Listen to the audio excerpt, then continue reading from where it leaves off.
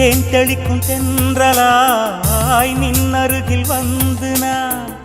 சேலை நதி ஓரமாய் நீந்தி விளையாடவா நாளும் மின்னல் கொஞ்சம்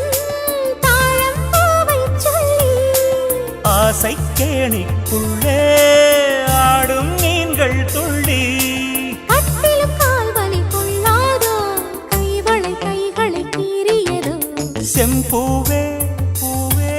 உன் மேகம் நான் வந்தால் ஒரு வழியும்